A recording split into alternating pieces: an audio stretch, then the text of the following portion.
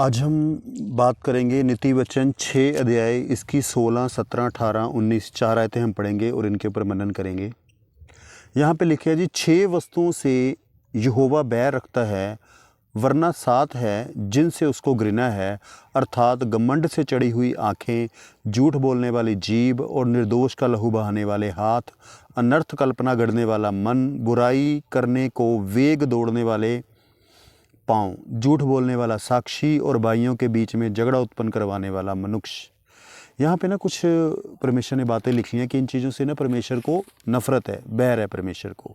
पहली कौन सी है? घमंड करने वाले लोग, जिनके अंदर घमंड है, परमेश्वर उसको पसंद नहीं करता है।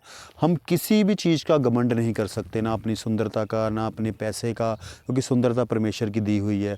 हम पैसे का, अपने ज्ञान का, हमें इन चीज़ों का घमंड नहीं करना। इसकी जगह हमें परमेश्वर का धन्यवाद करना है। पौलुस कहता है कि मैं जो कुछ हूँ परमेश्वर के अनुग्रह से हूँ। हमारे पास कोई भी गिफ्ट है ना, वो परमेश्वर का दिया हुआ अनुग्रह है। तो इसलिए किसी भी चीज़ का हमें घमंड नहीं करना है और हमारी आंखें नहीं चढ़ी होनी चाहिए घमंड से। झूठ बोलने वाली जीभ, एक परमेश्वर को ना वो लोग पसंद नहीं है जो झूठ बोलते हैं।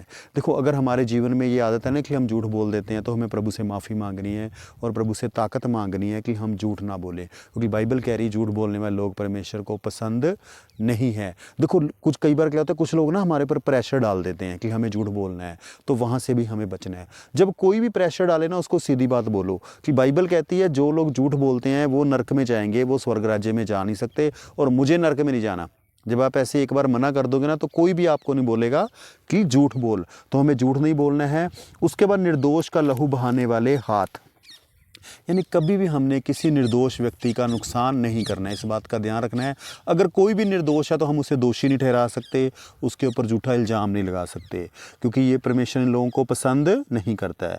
अनर्थ कल्पना गढ़ने वाला मन, और परमेश्वर ऐसे लोगों को पसंद नहीं करता जो अपने मन में अनर्थ कल्पना गढ़ते हैं या ऐसी ऐसी बुरी बातें सोचते हैं, दूसरे के नुकसान की बातें सोचते हैं। इन चीज़ों को भी परमेश्वर पसंद नहीं करते हैं। और बुराई करने को बेग दौड़ने वाले पाँव, जो ऐसे लोगों को भी परमेश्वर पसंद नहीं करता, जो दूसरों की बुराई करने के लिए भागे जाते हैं टाइम निकाल के। आजकल तो चलो फ़ोन हो गया, पहले बंदा मिलने जाता था, लेकिन आजकल फ़ोन पे भी अगर हम किसी की बुराई कर रहे हैं, परमेश्वर को वो चीज़ें भी बिल्कुल पसंद नहीं हैं। उसके बाद झूठ बोलने वाला साक्षी और भाइयों के बीच में झगड़ा उत्पन्न करवाने वाला मनुष्य, जो कोई हमें कभी भी झूठी साक्षी नहीं देनी है, किसी के विरुद्ध झूठी बात नहीं बोलनी है। इन चीज़ों से हमें बचना है, क्योंकि परमेश्वर ऐसे लोगों को पसंद नहीं करते हैं।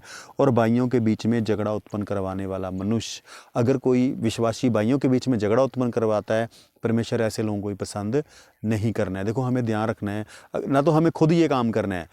एक चीज़ ना बहुत महत्वपूर्ण है, आज के टाइम में ना लोग चुगली बहुत करते हैं। इसकी बात सुन के दूसरे बंदे को बताते हैं, दूसरे की बात इस बंदे को बताते हैं।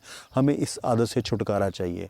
हमने कभी भी किसी की सीक्रेट बात दूसरे पर्सन को नहीं बतानी है। इस बात का हमें ध्यान रखना है, क्योंकि परमेश्वर ऐसे लोगों को पसंद नहीं करता है। आज के लिए इतना ही काफ़ी है। प्रभु आपको बहुत आशीष दे। Thank you very much.